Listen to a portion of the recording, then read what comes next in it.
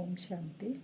24/8/26 की मुरली है। बाबा कहते हैं, मीठे बच्चे, सुख देने वाले बाप को बहुत बहुत प्यार से याद करो। याद बिगर प्यार नहीं हो सकता। प्यार कब होता है? जिसकी याद रहती है ना, उसके साथ प्यार होता है। जिसको हम जानते ही नहीं, उसको हम याद ही नहीं करेंगे तो फिर प्यार भी कैसे होगा। तो सुख देने वाले बाबा को याद करेंगे तो प्यार ज़्यादा बढ़ते जाएगा बाबा के साथ। प्रश्न है, बाप बच्चों को रोज रोज याद का अभ्यास करने का इशारा क्यों देते हैं? उत्तर है, क्योंकि याद से ही आत्मा पावन बनेगी। बाबा को पता और कोई तरीका नहीं है, इसीलिए बाबा रोज रोज कहते हैं। याद से ही पूरा वर्षा ले सकते हैं। अब याद से क्या क्या होता है, इसलिए बाबा आकर अपने बच्चे को बार बार कहते हैं, बच्चे मुझे याद करो। पहला, पावन बनेंगे। दूसरा, हमें वर्षा मिलेगा। आत्मा के सब बंधन खलास हो जाएंगे, जो बंधन में आत्मा फंसी है। 4 विकर्मों से मुक्त हो जाएंगे हम। सजाओं से छूट जाएंगे हम। जितना याद करेंगे उतना खुशी रहेगी। मंजिल समीप अनुभव होगी। कभी भी थकेंगे नहीं। बेहद का सुख पाएंगे। इसलिए याद का अभ्यास जरूर करना है। कितना फायदा ही फायदा हम आत्माओं का, जन्म जन्म का हमारा ये पाठ नूद हो जाता है जब हम बाबा को याद करते हैं।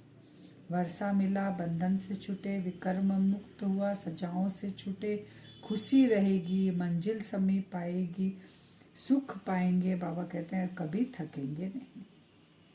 गीत है, बचपन के दिन भुला न देना, आज हंसे कल रुला न देना। ओम शांति। मीठे मीठे रूहानी बच्चों ने गीत के लाइन का अर्थ समझा। अभी जीते जी तुम बेहद के बाप के बने हो। सारा कल्प तो हद के बाप के बने हो। सतयुग में भी हद के बाप के बनते हो। अभी सिर्फ तुम ब्राह्मण बच्चे बेहद के बाप के बने हो। पूरा 5000 साल 4 युगों में हम बाबा के नहीं बनते, क्योंकि बाबा आते ही नहीं है। हम बच्चों को एडप्ट नहीं करते हैं, ना बाबा को हम जानते हैं। तो संगम पर एक ही बार बाबा आते हैं तो हम बाबा को पहचानते हैं और बाप के हम बनते हैं। बाकी बाबा कहते हैं, हद के पिता तो तुम्हारा सतयुग से लेकर संगम तक तुम्हारे हद के पिता रहते हैं। अगर बाबा कहते तुम जानते हो बेहद के बाप से हम बेहद का वर्षा ले रहे हैं। अगर बाप को छोड़ा तो बेहद का वर्षा मिल नहीं सकेगा। बेहद का वर्षा कौन दे रहा है? बेहद का बाप। जब बाप को ही छोड़ देंगे तो फिर वर्षा कैसे मिलेगा? तो भल तुम समझाते हो, परंतु थोड़े में तो कोई राजी नहीं होता। मनुष्य धन बहुत चाहते हैं, धन के सिवाय सुख नहीं हो सकता। धन भी चाहिए, शांति भी चाहिए, निरोगी काया भी चाहिए। तुम बच्चे ही जानते हो दुनिया में आज क्या है, कल क्या होना है। धन के साथ क्या चाहिए? शांति, निरोगी काया, सब कुछ चाहिए, लेकिन अभी तो है नहीं। लेकिन आने वाली दुनिया में ये सब कुछ होगा। यही तो वर्षा हम बाबा से ले रहे हैं। तो बाबा कहते हैं, विनाश तो सामने खड़ा है। ये आज और कल की बात है, ज़्यादा टाइम और है नहीं। और कोई की बुद्धि में ये बातें नहीं जाती है। अगर समझे भी विनाश सामने खड़ा है तो क्या करना है ये नहीं जानते। बाबा ने कह दिया विनाश सामने खड़ा है। आजकल तो सब मनुष्य मात्र बोलने भी लोग गए, जिनको ज्ञान नहीं है वो मनुष्य भी, कि अब ज़्यादा समय नहीं है, क्योंकि कलयुग का अंत आ गया है, विनाश होने वाला है, ऐसा बोलते हैं। लेकिन बाबा तो बोलने के बाद भी उनको करना क्या है, विनाश सामने है तो ये नहीं जानते। लेकिन हम जानते हैं कि जल्दी जल्दी हमें पुरुषार्थ कर तैयार होना है। ऐसे मालूम होता है कब भी लड़ाई लग जाए। थोड़ी चिंगारी लगे तो भम्भट मच जाए, देरी नहीं लगेगी। आगे भी थोड़ी सी बात से कितनी बड़ी लड़ाई लग गई। बच्चे जानते हैं कि पुरानी दुनिया खत्म हुई कि हुई, आगे यानी विश्व युद्ध हुआ ना दूसरा, तो उसमें भी क्या छोटी छोटी चिंगारी कितना बड़ा रूप ले ली।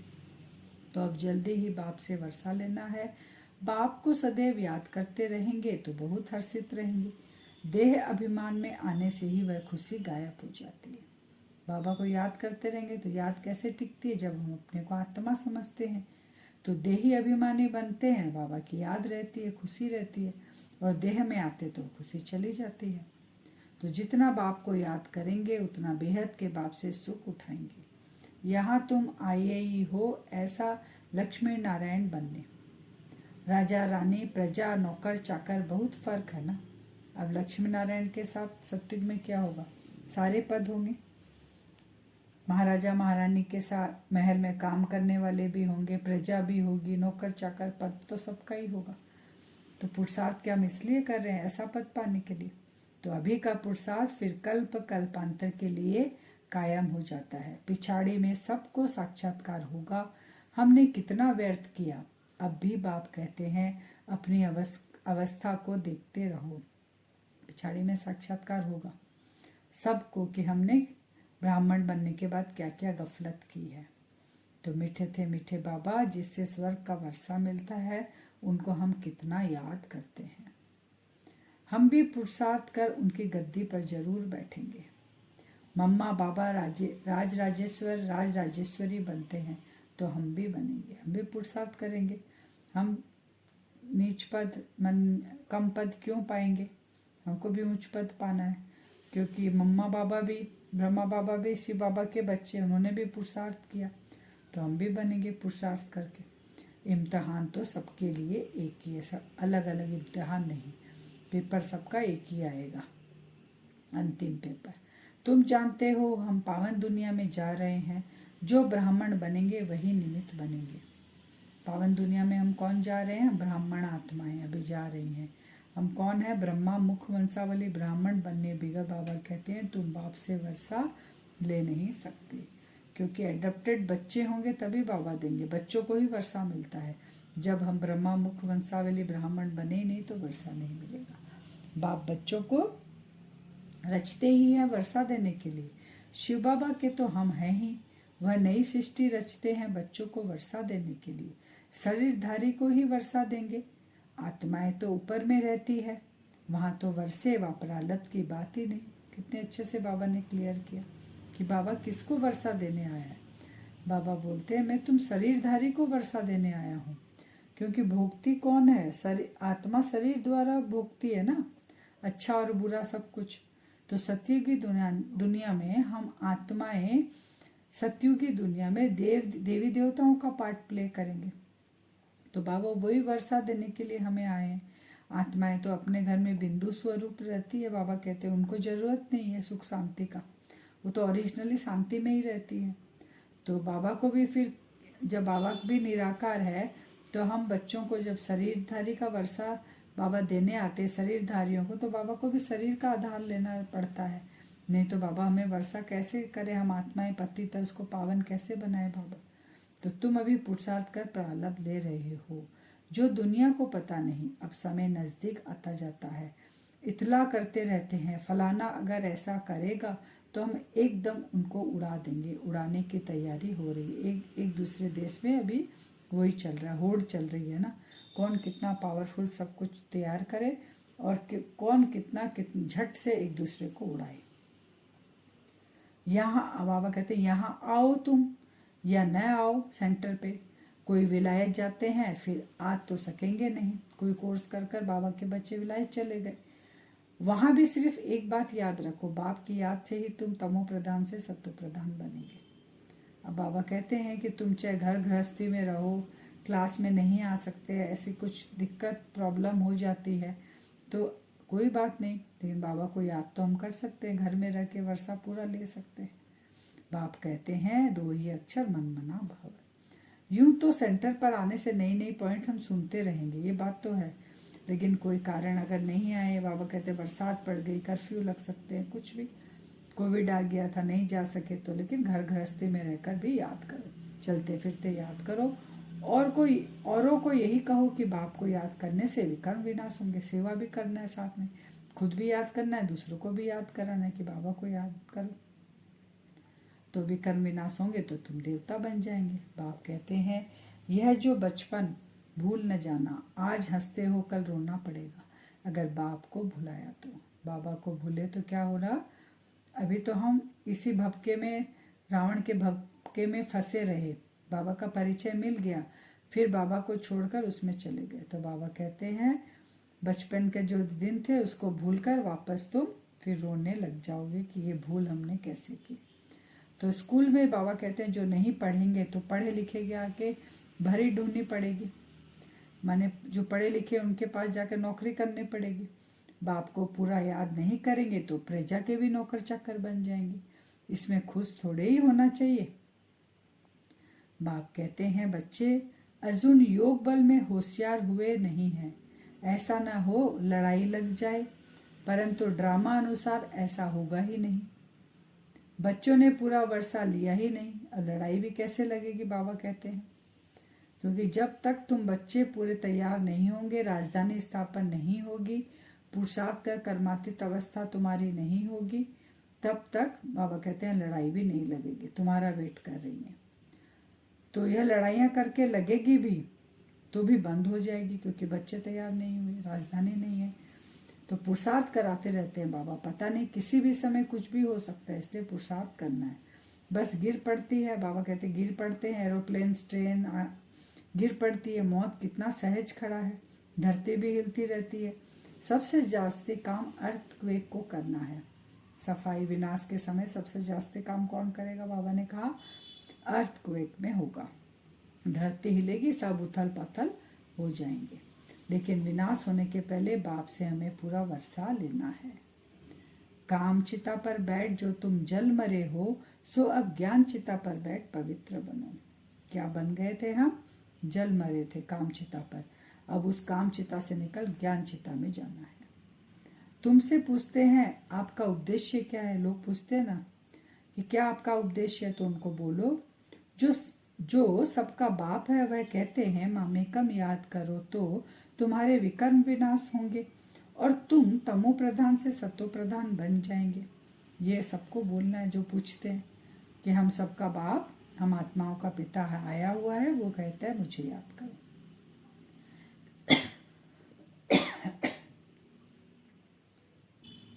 सर्व का सदगति दाता एक बाप ही है, उनको ये भी बोलो कि उनको याद करेंगे तो सत्व प्रधान बनेंगे, और सर्व का सदगति दाता एक बाप है। बाप कहते हैं सिर्फ मुझे याद करो तो कट उतरती जाएगी। आज बाबा ने कितनी बार कहा है, यह इतना पैगाम तो दे सकते हो ना, सबको ये पैगाम देना है। याद करो तुम भी बाबा को, विकर्म विनाश होंगे, सत्व प्रधान बनोगे, तुम्हारी कट उतर जाएगी, ये पैगाम देना है। लेकिन खुद याद करेंगे तब दूसरे को याद करा सकेंगे। जो काम हम ही नहीं करेंगे तो दूसरों को हम कैसे बोल सकते हैं। अगर हम ऐसे बोल भी देंगे तो उनको टचिंग ही नहीं होगी। तो दूसरे को रुचि से कहेंगे अगर हम पुरुषार्थ करते होंगे तो याद का, नहीं तो दिल से नहीं निकलेगा। बाप कहते हैं कहाँ भी हो, जितना हो सके सिर्फ याद करो। भल थोड़ी खान पान की तकलीफ आदि होती है, रहना तो घर में ही है, घर में रहते बाप को याद करो, जो मिले उनको यही शिक्षा दो, मौत सामने खड़ा है। बाबा ने क्या कहा, सबको एक शिक्षा दो कि मौत सामने खड़ा है, उसको याद करो। बाप कहते हैं तुम सब तमोप्रधान पतित बन पड़े हो, अब मुझे याद करो और पवित्र बनो। आत्मा ही पतित बनी है, सतयुग में होती है पावन आत्मा। बाप की याद से ही आत्मा पावन बनेगी और कोई उपाय नहीं। यह पैगाम सबको देते जाओ तो भी बहुतों का कल्याण करेंगे और कोई तकलीफ नहीं देते हैं। पुरुषोत्तम मास में भी जाकर समझाओ कि सबसे पुरुषोत्तम कौन, सतयुग आदि में यह लक्ष्मी नारायण पुरुषोत्तम थे। इन्हों को ऐसा पुरुषोत्तम बनाने वाला अर्थात स्वर्ग की स्थापना करने वाला बाप है। पुरुषोत्तम यानी पुरुषों में सबसे उत्तम बनाने वाला कौन है, शिव बाबा है। बाबा फिर कहते हैं शादी मुरादी कहाँ भी जाए हम, कान में यह बात सुनाओ, गीता का भगवान कहते हैं मुझे याद करो। इस बात को सब पसंद करेंगे, गीता का भगवान बोलेंगे तो सब पसंद करेंगे। ऐसे युक्ति से कहीं भी जाओ, शादी में और कहीं भी, तो ऐसे उनको बोलो। जास्ती बोलने की दरकार नहीं है, सिर्फ बाप का पैगाम देना है कि बाप कहते हैं मुझे याद करो। बाप कितना सहज बतलाते हैं, मुझे याद करो तो सब समझेंगे। इन्हों को तो रास्ता तो बरोबर राइट मिला है। यह रास्ता कब कोई बता न सके, समय ऐसा होगा जो तुम घर से बाहर नहीं निकल सकेंगे। बाप को याद करते करते शरीर छोड़ देंगे। बाबा कहते तुम जब ऐसे समझाओगे तो कहेंगे वो ये बहुत राइट है, तो ये कब की मुरली है। अब तो सब कहते हैं कि ये बहुत अच्छा काम कर रहे हैं, राइट बोल रहे हैं। इनको बताने वाला जो बताए हैं, श्रीमत दे रहे हैं, वो राइट दे रहे हैं, सब बोल ही रहे हैं अब तो बाप को याद करते करते शरीर छोड़ देंगे। अंतकाल जो शिव बाबा सिमरे, फिर नारायण योनि बल बल उतरे। जो शिव बाबा को सिमर सिमर कर अंतकाल में जाएंगे वो नारायण बनेंगे, लक्ष्मी नारायण डिनास्टी में आएंगे, घड़ी घड़ी राजाई पद पाएंगे। बस सिर्फ बाप को याद करो और प्यार से। याद बिगर प्यार कैसे करेंगे? सुख मिलता है तब याद किया जाता है, दुख देने वालों को प्यार नहीं किया जाता। बाप कहते हैं मैं तुमको स्वर्ग का मालिक बनाता हूँ, इसलिए मुझे प्यार करो। बाप की मत पर चलना चाहिए ना।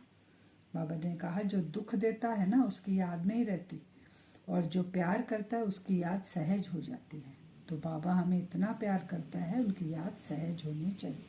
वरदान है आज का, संकल्प वृत्ति और स्मृति से व्यर्थ को समाप्त करने वाले सच्चे ब्राह्मण संपूर्ण पवित्र भव। कौन से ब्राह्मण हैं हम?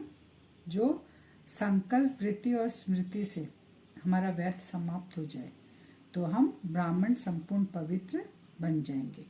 अपने संकल्प वृत्ति और स्मृति को चेक करो, ऐसे नहीं कुछ गलत हो गया, पश्चाताप कर लिया, माफी मांग ली, छुट्टी हो गई।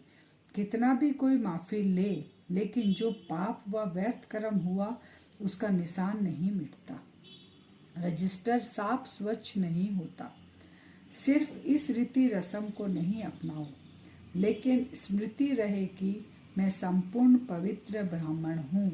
अपवित्रता संकल्प वृत्ति व स्मृति को भी टच नहीं कर सकती, इसके लिए कदम कदम पर सावधान रहो। स्लोगन है, बाप के साथ को यूज करो तो कभी दिल शिकस्त नहीं होंगे। हमेशा बाबा का साथ है तो दिल शिकस्त हम कभी नहीं होंगे, क्योंकि हर कदम कदम पर विजय हमारी ही होगी। अव्यक्त सारे अपवित्रता के बीज को भी समाप्त कर संपूर्ण पवित्र बनो। पवित्रता का रहस्य प्रैक्टिकल में लाना, अर्थात संकल्प रूप से भी पांचों विकारों पर विजय बनना। व्यर्थ संकल्प क्रोध भी पैदा करता है, तो काम अर्थात किसी आत्मा के प्रति अगर व्यर्थ दृष्टि भी जाती है तो उस समय पवित्रता नहीं मानी जाएगी। तो यह व्यर्थ संकल्प बाप के प्यार के पीछे न्यौछावर करो। ये व्यर्थ संकल्प ऐसे हैं जो हमें अपवित्र बनाते हैं, तो बाबा के पीछे हमको इनको न्यौछावर करना है। और वरदान से हम योग करेंगे। अपने आप को देखेंगे, भ्रकुटी सिंहासन पर मैं आत्मा विराजमान हूँ। अपना असली स्वरूप को विजुअलाइज करेंगे, बिंदु स्वरूप में आत्मा।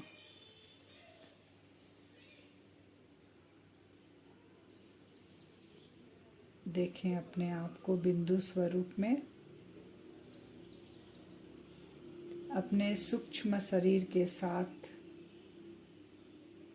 चले अपने वतन की ओर, सूक्ष्म वतन की ओर विजुअलाइज करें। मैं फरिश्ता उड़ चला बाप दादा के सम्मुख। देखें अपने आप को साकार शरीर को छोड़ते हुए सूक्ष्म शरीर, और मैं कंबाइंड आत्मा निकलकर पहुँचे सूक्ष्म वतन में।